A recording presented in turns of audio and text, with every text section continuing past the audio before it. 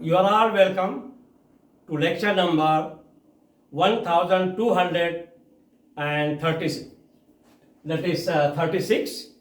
And today's topic is the physiological importance of adrenocortical hormones. They are another group of very important steroidal hormones, and mainly two hormones are there.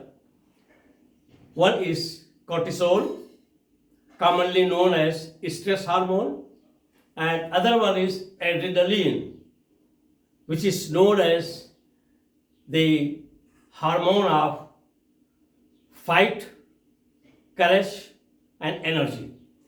And it is very interesting to know that if suppose somebody is having lot of mental tension, anxiety, to increase it, it is all the role of adrenocortical hormones. Lot of cortisol is produced in your body, and more cortisol is produced means you are more stressed.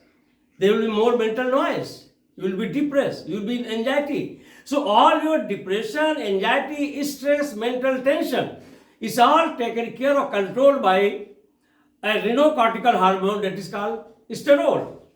And the sterol structure is given here. It is just steroidal hormone, that is cortisol, and it is called as stress hormone. In second condition, the same steroidal nucleus, when you are in fight mode, adrenaline will be released. So once adrenaline is released, it is controlling your blood pressure. If more adrenocortical hormones are produced in your body, means your blood pressure will be little bit more, and your blood flow will be towards your brain, and your brain will get more and more energy, and you will be more alert in fight mode.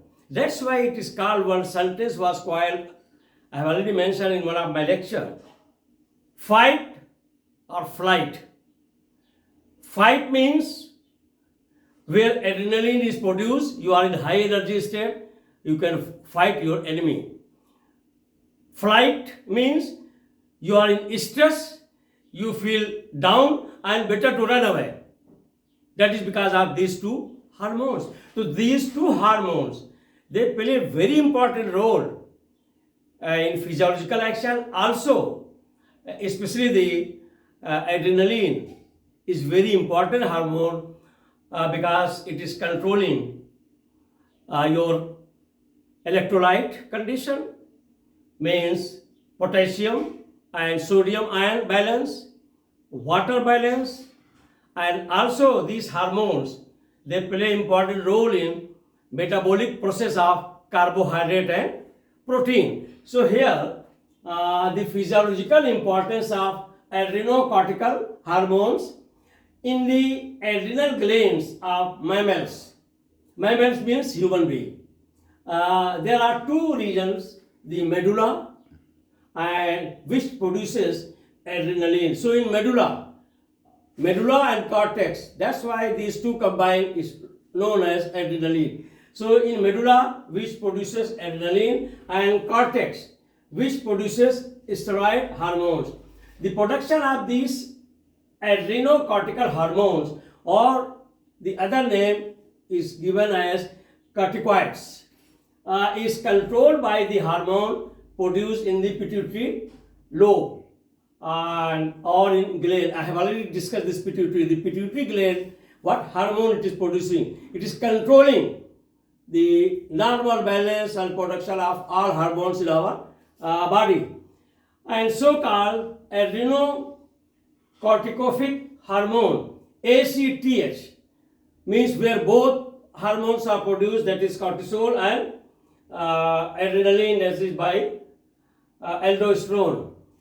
The corticoids are having many important physiological functions, but their main functions are the control of carbohydrate, protein, metabolism, control the blood balance of water, blood pressure, electrolyte, and mood like fear, that is fight or flight.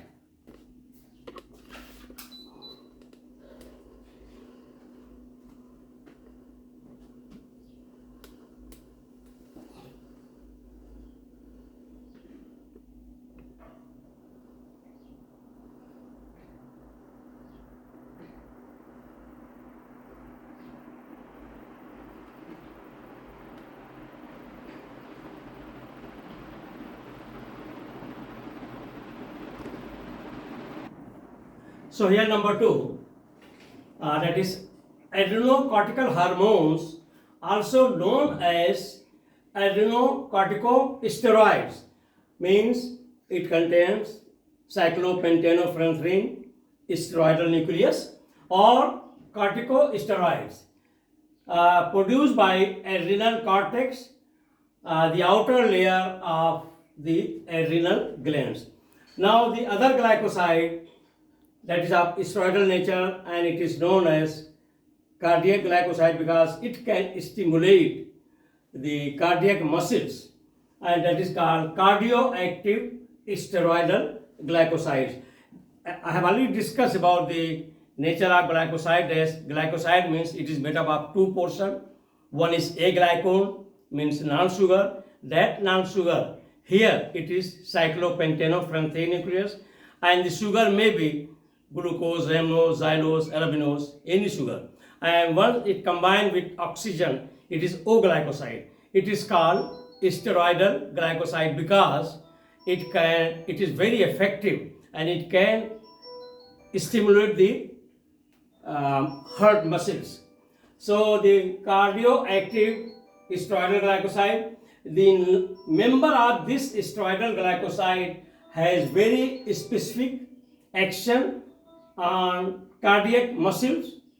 The aglycone of this glycoside is known as cardiac genins, and the aglycone of cardiac glycoside is steroid and are the derivative of cyclopentanophrine nucleus, and the name of cardioactive glycoside is digitoxin. It is the most potent cardiac glycoside of steroidal nature, was isolated from plant Digitalis purpuralin, and there is a very good history of this digitoxin.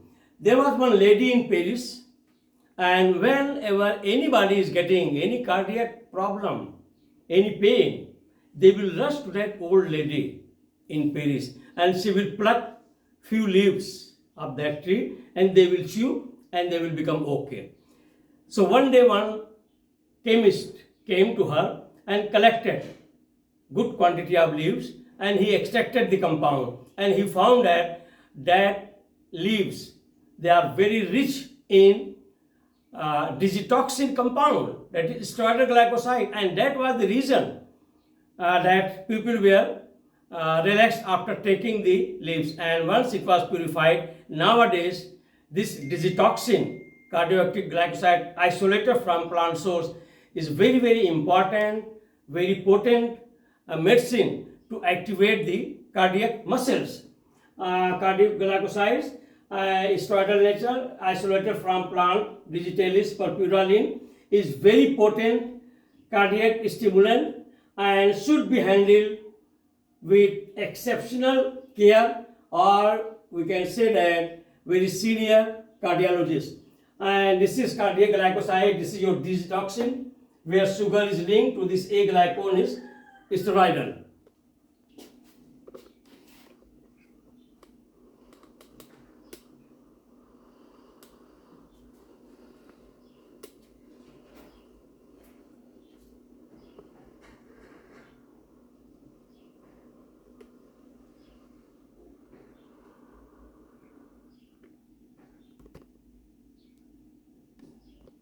So with this I will stop.